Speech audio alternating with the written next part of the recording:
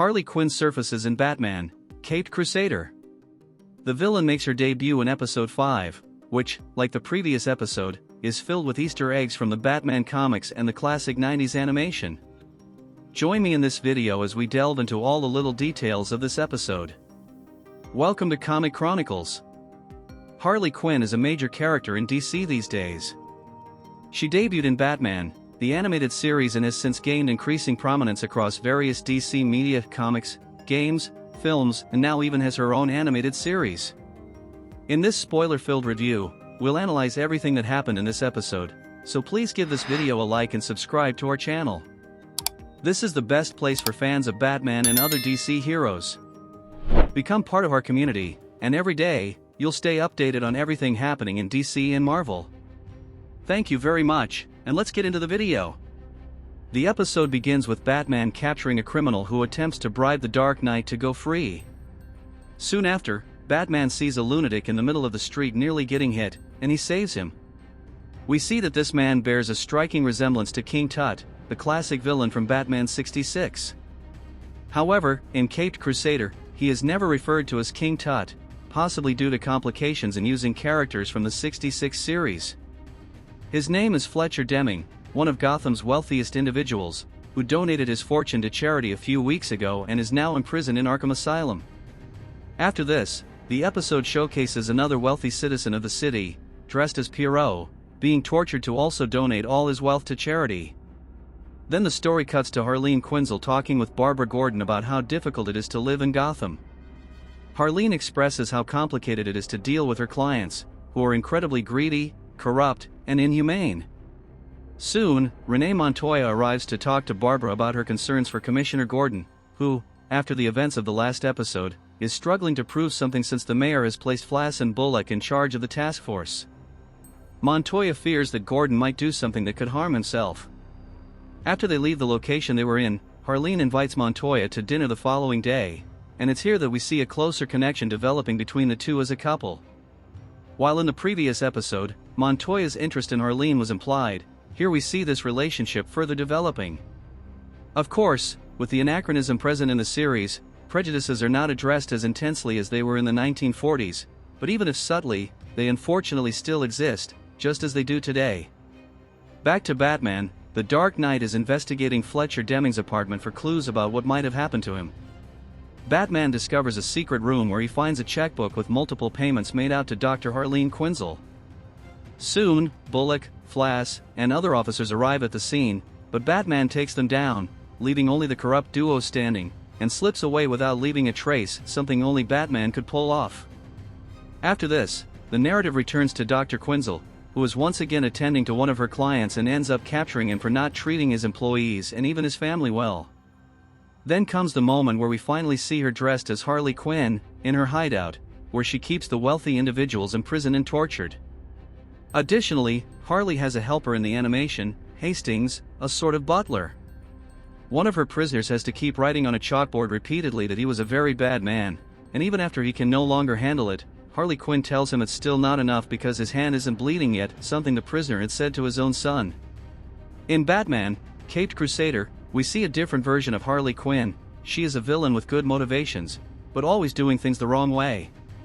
Next, Batman is investigating in the Batcave with Alfred, and here we have several Easter eggs from Batman, the animated series appearing in the newspaper, such as Boyle and Gothcorp, which, for those who may not remember, was responsible for the accident that created Mr. Freeze in BTAS.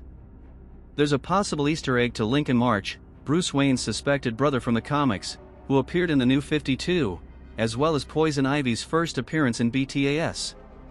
But the Easter eggs don't stop there, as we soon see another Easter egg referencing the episode I've Got Batman in My Basement, the false prophet who also appears in BTAS, in addition to Officer Wilkes, who is also in the classic Batman animated series, Balestra, who appears in Batman, Mask of the Phantasm, and in another part, we see Easter eggs referencing the episode The Forgotten. The names Hill and Reeves could be Easter eggs referring to the movie The Batman by Matt Reeves, where Jonah Hill was among the actors considered for the role of Penguin, but in the end, Colin Farrell got the role. Lastly, the newspaper also announces a carnival, but that's pretty common in Batman stories, so it could either be an Easter egg for a specific story or a hint for an upcoming episode of Caped Crusader featuring Nocturna.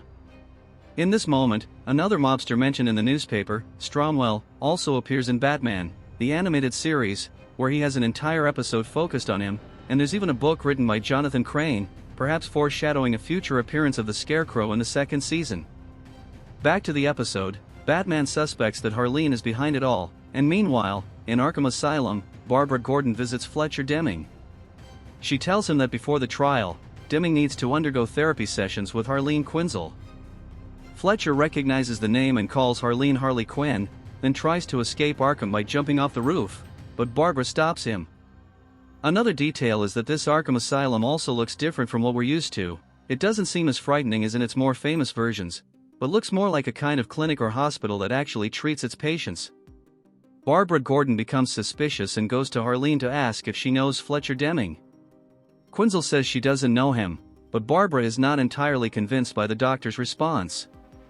Barbara then seeks her father's advice. He is busy because the mayor has redirected his work entirely towards capturing Batman. Gordon encourages his daughter to seek the truth, which is exactly what she does. Barbara heads to Quinzel's office, which is empty, and finds notes proving that Harleen knew Fletcher Deming, plus she discovers an address belonging to someone named William Hastings. Barbara goes to the address and is attended by Hastings, the homeowner and Harley Quinn's assistant. Hastings tells Barbara to leave, but the commissioner's daughter doesn't give up and tries to find a way inside. At this moment, Batman appears and tells Barbara that Quinzel is brainwashing her patients, but now he would take care of it. The Bat then enters the house, leaving Barbara outside.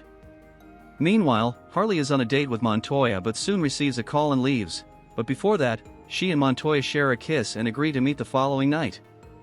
At the Hastings mansion, Batman arrives at the playpen, where Harley's prisoners are held, but then Harley Quinn appears, saying she knew Batman would come after her sooner or later. The villain then releases her prisoners and says that whoever fails to capture Batman will lose their life.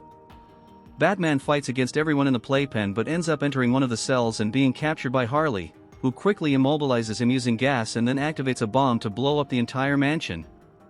Harley, Hastings, and all the prisoners escape the location, but Barbara Gordon manages to enter and tries to help Batman out of the cell. Harley Quinn realizes Barbara is in the mansion and returns to save her. Just then, the house starts to explode, and the cell where Batman is ends up falling toward the sea. The two try to escape, but the house collapses before that, and here we have an Easter egg from Batman Beyond, Return of the Joker, where Batgirl tries to prevent Harley Quinn from falling into the abyss but fails. Here, we see this scene repeat, except that Barbara also falls and is saved by Batman. The episode concludes with the implication that Harley survived the fall, as the following night, Montoya receives a call from Harley, saying she can't make their meeting because she has to stay away from Gotham for a while. This episode was fantastic, and I believe Harley will return in the next season. Another very interesting detail here was the focus given to Barbara Gordon, who turned out to be the protagonist in this plot, leading the entire investigation until it finally reached its climax when she confronted Batman at the Hastings mansion. In my opinion, the weak point of the episode is in the final moments. It wasn't revealed where Harley Quinn's victims went, or even Hastings. Harley Quinn turned out to be a very interesting character in this animation. Being quite different from the Harley we are used to seeing, the Harley Quinn of Caped Crusader is more terrifying.